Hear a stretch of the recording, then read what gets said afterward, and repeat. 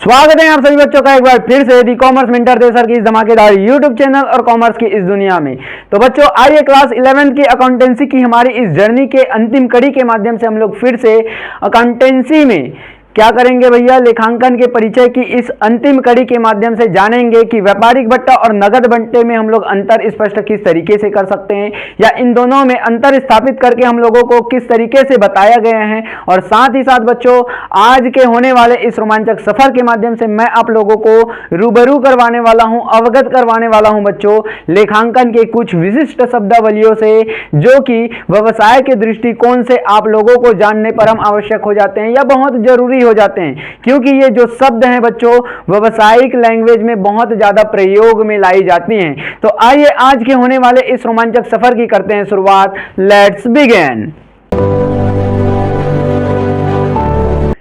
तो बच्चा पार्टी आइए और चलते हैं आज के इस रोमांचक सफर की करते हैं शुरुआत, जिसमें मैंने आप लोगों से कहा कि आज के होने वाले इस रोमांचक या फिर कहें धमाकेदार सेशन के माध्यम से बच्चों मैं आप लोगों को बताने वाला हूं व्यापारिक बट्टा और नगद बट्टे में अंतर हम लोगों को किस तरीके से बताया गया है। और साथ ही साथ बच्चों आज अकाउंटेंसी की हमारी इस जर्नी के माध्यम से क्लास 11th के पहले अध्याय इंट्रोडक्शन ऑफ अकाउंटिंग के माध्यम से बच्चों मैं बताने वाला हूं आप लोगों को भैया क्या, तो आप लोगों को बताने वाला हूं बच्चों विशिष्ट शब्दावलियों के बारे में कि भैया आप लोग व्यवसाय के लैंग्वेज में कुछ शब्दावलियों का प्रयोग करते हो जिनको आप लोगों को जानने आवश्यक है बच्चों। तो आइए आज के इस रोमांचक सफर की करते हैं शुरुआत, जिसमें मैं आप लोगों को सीधे ले चलता हूं आज के हमारे टॉपिक की ओर। बच्चों जैसे कि आप लोग मेरे पीछे ग्रीन बोर्ड पर देख ही पा रहे होंगे आप लोगों के समकक्ष क्या बना हुआ है, एक तालिका बनी हुई है और हेडिंग में लिखा हुआ है व्यापारिक बट्टा और नगद बट्टे में अंतर। क्या लिखा हुआ है?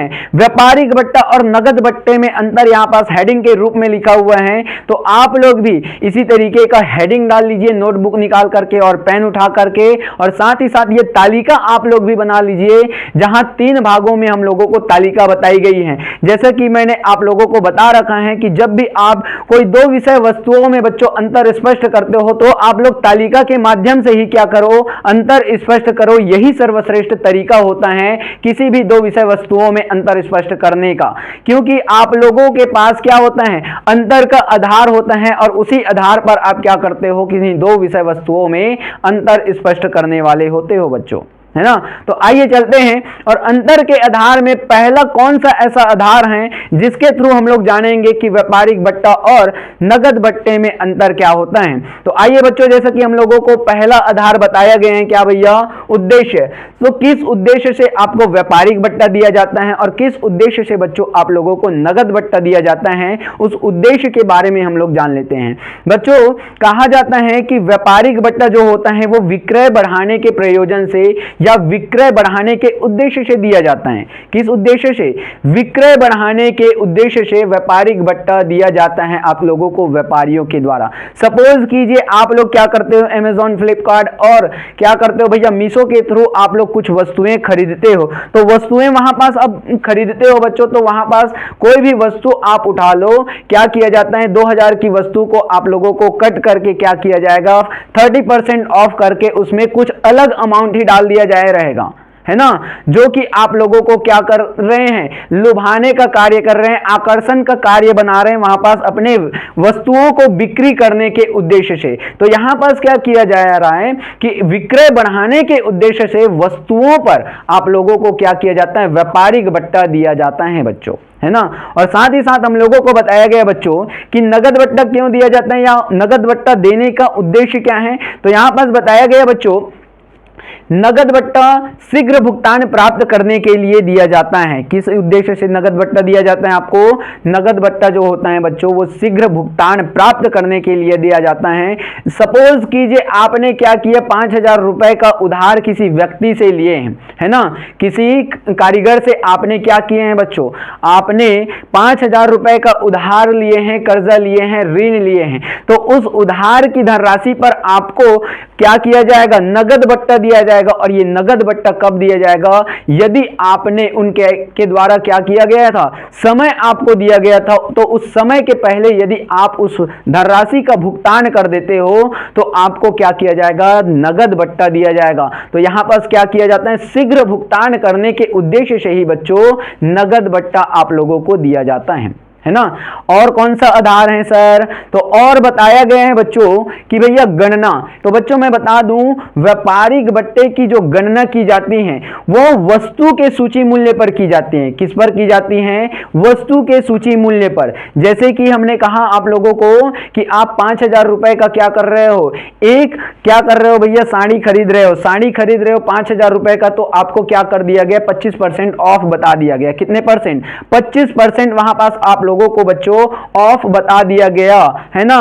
तो उसका गणना आप कहां करते हो? जो 5,000 रुपए की धनराशि का आप साड़ी खरीदने वाले हो, तो उसी 5,000 रुपए पर आप 25% क्या करोगे? व्यापारिक बट्टे की कटौती करने वाले हो, है ना। उम्मीद कर रहा हूं समझ में आ रही होंगी ये चीजें कि आप व्यापारिक बट्टा का मूल्यांकन कहां करते हो? जो 5,000 रुपए की साड़ी आप खरीदने वाले हो, उसी धनराशि पर आप 5,000 में क्या करोगे? व्यापारिक बट्टे की कटौती करने वाले हो। और 5,000 रुपए का 25% कितना हो जाता है बच्चों? तो 1,250 रुपए की धनराशि आपके समकक्ष निकल करके आती है ना। और कौन सी चीजें हैं सर? तो ठीक उसी प्रकार से हम लोग जान लेते हैं कि नगद बट्टे का मूल्यांकन कहां पास किया जाता है या किस धनराशि पर किया जाता है। तो बच्चों यहां पास बताया गया हम लोगों को कि नगद बट्टा भुगतान प्राप्त राशि पर ज्ञात किया जाता है।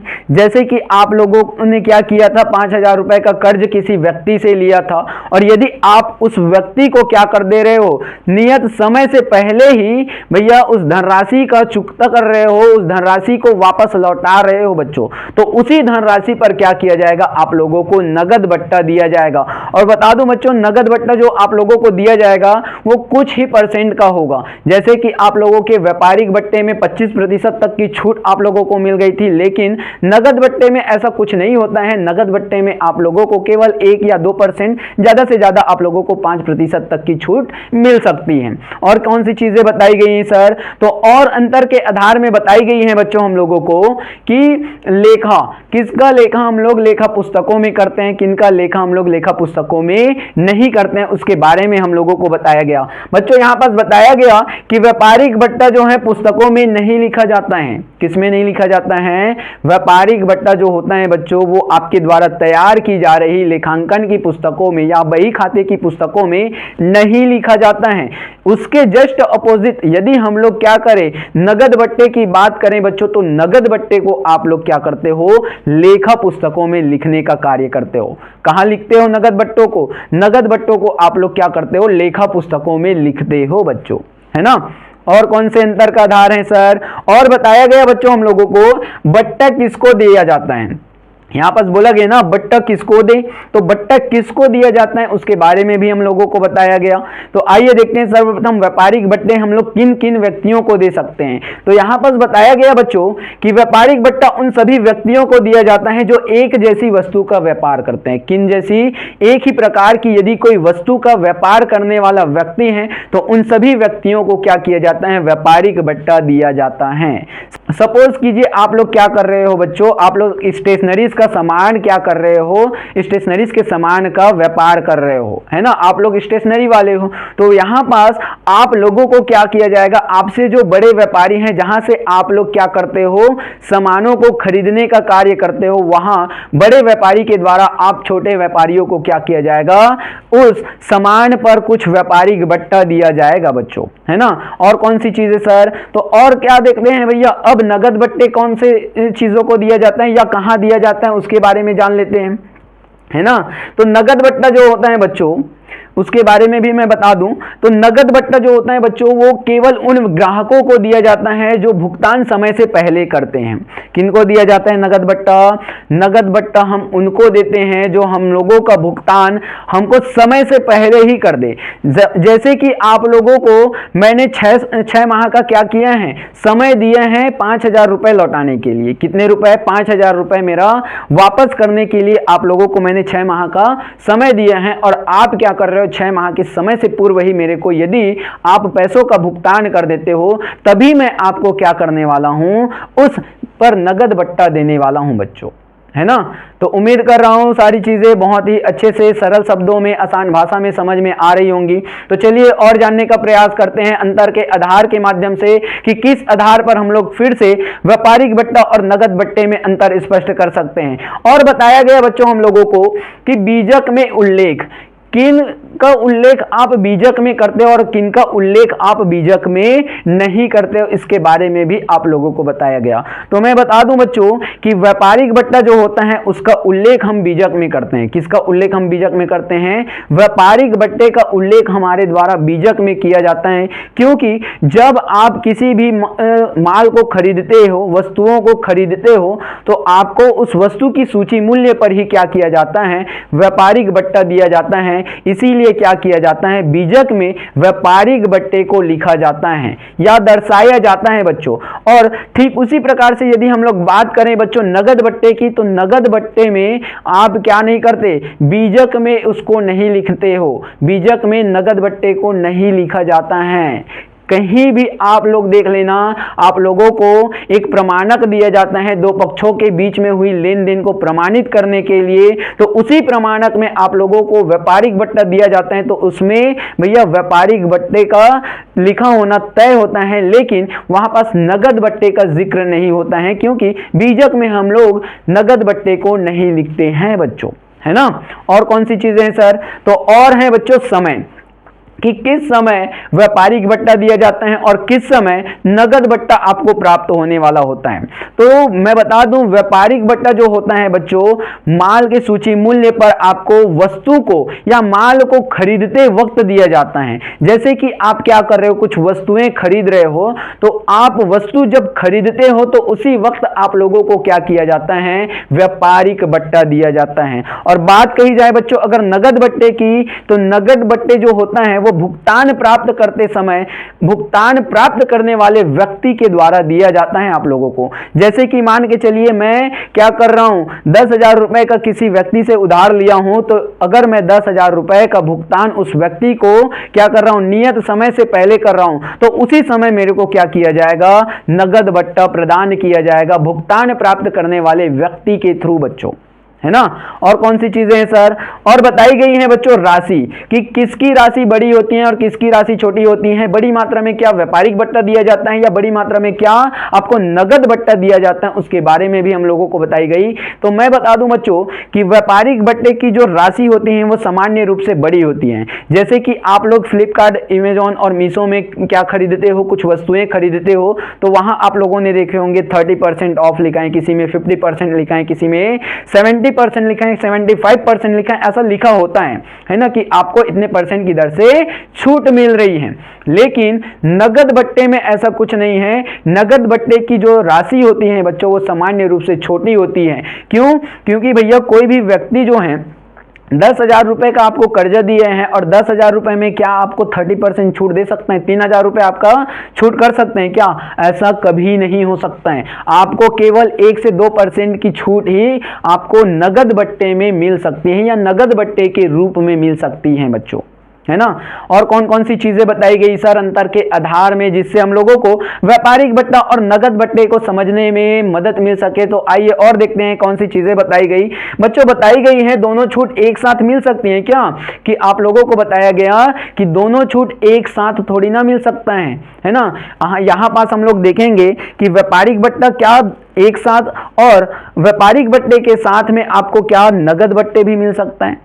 तो मैं बता दूं बच्चों, जब आप लोगों को व्यापारिक बट्टा दिया जाता है तो आप लोगों को नगद बट्टा भी दिया जा सकता है। जैसे कि यहां पास बताया गया है कि भैया व्यापारिक छूट के साथ नगद बट्टा भी मिल सकता है या नगद छूट भी मिल सकता है। लेकिन अगर बात कही जाए बच्चों नगद बट्टे की, तो नगद बट्टे में मैं बता दूं ये जरूरी नहीं है कि आपको नगद बट्टा दिया जा रहा है तो उस समय आपको व्यापारिक छूट भी दिया गया हो। क्या दिया गया हो? जैसे कि यहां पास बताया गया है ना कि भैया यह आवश्यक नहीं है कि रोकड़ छूट पाने वाले व्यक्ति को व्यापारिक छूट भी मिली हो, है ना। तो यही कहा गया कि यह आवश्यक नहीं होता है कि आपको नगद बट्टा मिल रहा है, तो यह जरूरी भी नहीं है कि आपको व्यापारिक बट्टा पहले से मिला हो, है ना।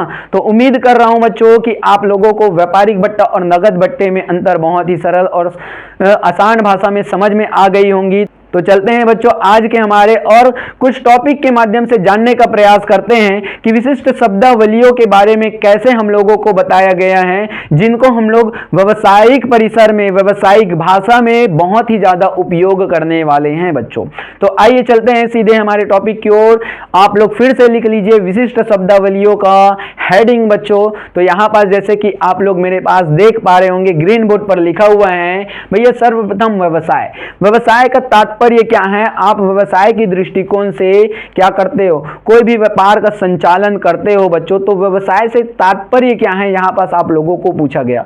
तो मैं बता दूं बच्चों, व्यवसाय से तात्पर्य है कि कोई भी वैधानिक कार्य यदि लाभ कमाने की दृष्टि से किया जाता है तो उसे हम लोग क्या कहते हैं? व्यवसाय कहते हैं। यहां पास क्या बताया गया? कोई भी वैधानिक कार्य, मतलब जो कार्य प्रतिबंधित ना हो, जो कार्य आप कानून के द्वारा प्रतिबंधित या बैन न किया गया हो, उसी कार्य को करते हो लाभ कमाने के उद्देश्य से, तो उसी कार्य को हम लोग क्या कहते हैं? व्यवसाय कहते हैं बच्चों।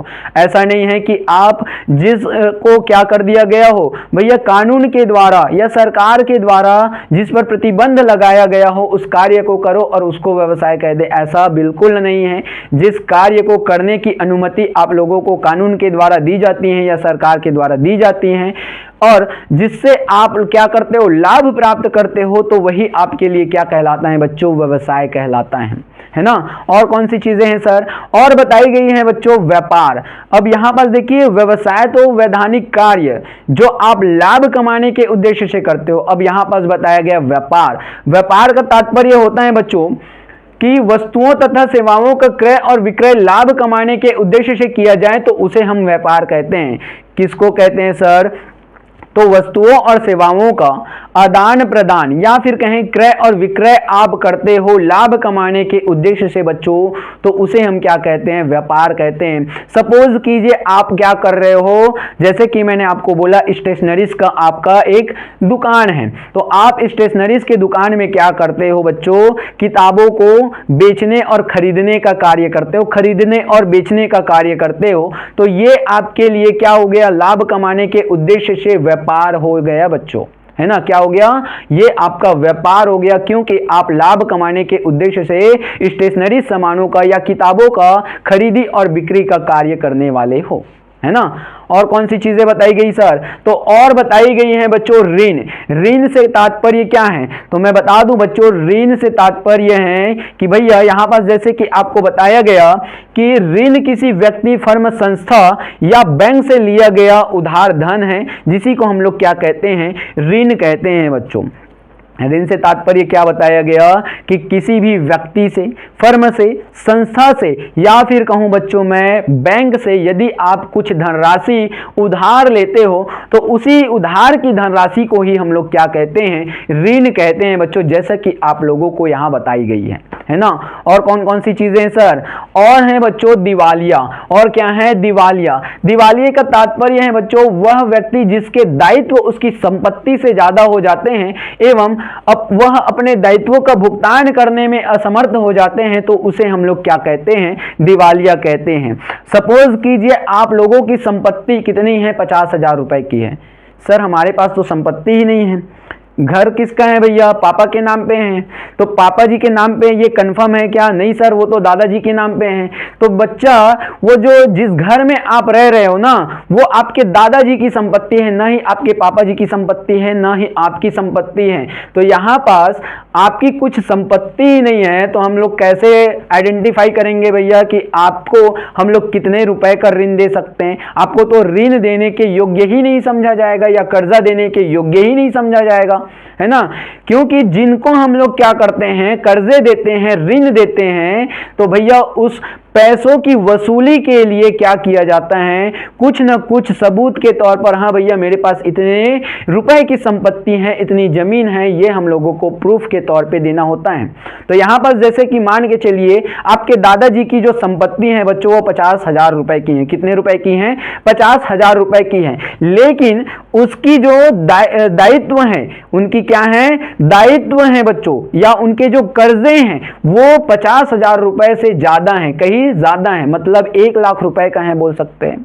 तो यहां पास उनकी संपत्ति से अधिक तो उनके कर्जे हैं, तो उनको ही हम लोग क्या कह सकते हैं, दिवालिया कह सकते हैं, जो कि क्या है भैया, उन दायित्वों का भुगतान करने में, उन कर्जों का भुगतान करने में भी असमर्थ हैं, इसीलिए हम उनको क्या कहेंगे, दिवालिया कहेंगे। एक उदाहरण आपके समकक्ष रखता हूं, जैसे कि आप लोग विजय माल्या का नाम जानते होंगे। विजय माल्या बच्चों IPL franchises royal Challengers Bangalore के नाम से जाने वाली फ्रेंचाइजीज के पहले ओनर थे, जिनकी संपत्ति से कहीं अधिक उनके क्या थे, ऋण थे, कर्जे थे। इसीलिए क्या कर दिया गया, उनको भैया दिवालिया घोषित कर दिया गया बैंकों के माध्यम से। और वो भगोड़ा के नाम से जानते हैं बच्चों, क्योंकि आज के डेट में वो हमारे ऑल और इंडिया में नहीं रहते हैं, वो विदेश में जाकर के बस गए हैं, है ना, क्योंकि उनकी संपत्ति से कहीं ज्यादा उनके क्या थे, कर्जे थे, ऋण थे। इसीलिए उनको क्या कर दिया गया, दिवालिया घोषित कर दिया गया था बच्चों, है ना। और चीजें बताई गई हैं बच्चों। डूबत ऋण, डूबत ऋण का तात्पर्य क्या होता है सर, तो डूबत ऋण का मतलब होता है बच्चों, या अर्थ होता है बच्चों, कि आपको क्या करना होता है कि किसी भी देनदार से जो प्राप्त होने वाली धनराशि है उसकी वसूली नहीं हो पाती है, तो उसी अप्राप्त धनराशि को ही हम लोग क्या कहते हैं, डूबत ऋण कहते हैं बच्चों। जैसे कि आप लोगों को यहां बताई गई है कि भैया जब किसी देनदार से धनराशि वसूल नहीं हो पाती है, तो उस अप्राप्त राशि को ही हम लोग क्या कहते हैं, डूबत ऋण कहते हैं। जैसे कि मान के चलिए मैंने आपसे क्या किए, यहां पर देखिए फिर से मैं बोल रहा हूं, मैं आपसे 2000 रुपए का क्या करता हूं, ऋण लेता हूं। आपसे क्या कर रहा हूं, 2000 रुपए का ऋण लेता हूं, और आप मुझसे क्या नहीं कर पाते, उस 2000 रुपए की वसूली नहीं कर पाते हो, है ना।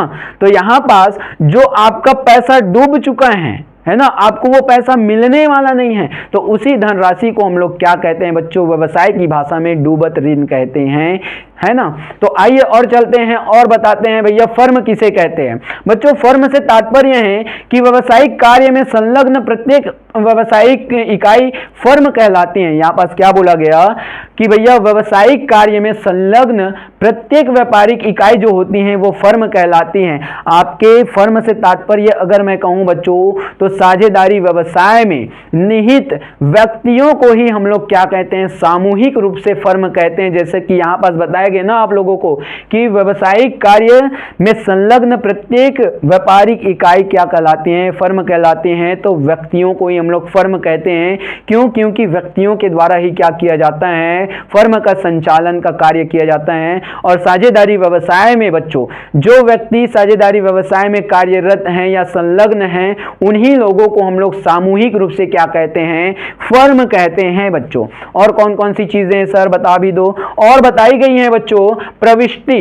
प्रविष्टि का तात्पर्य क्या होता है, प्रविष्टि का तात्पर्य होता है बच्चों कि किसी भी व्यापारिक लेन देनों को क्या करते हो आप लोग, किन्हीं निश्चित पुस्तकों में लिखने का कार्य करते हो, तो उन्हीं को हम लोग क्या कहते हैं, प्रविष्टि कहते हैं। जैसे कि यहां पास आप लोगों को बताया गया, किसी भी सौदे को हिसाब किताब की पुस्तकों में विधिवत लिखना ही क्या कहलाता है, प्रविष्टि कहलाता है। आपके व्यापार में होने वाले जितने भी व्यापारिक सौदे होंगे उनको आप विधिवत तरीके से पुस्तकों में लिखते हो, तो उस लिखने की तरीके को ही हम लोग क्या कहते हैं, प्रविष्टि कहते हैं बच्चों, है ना।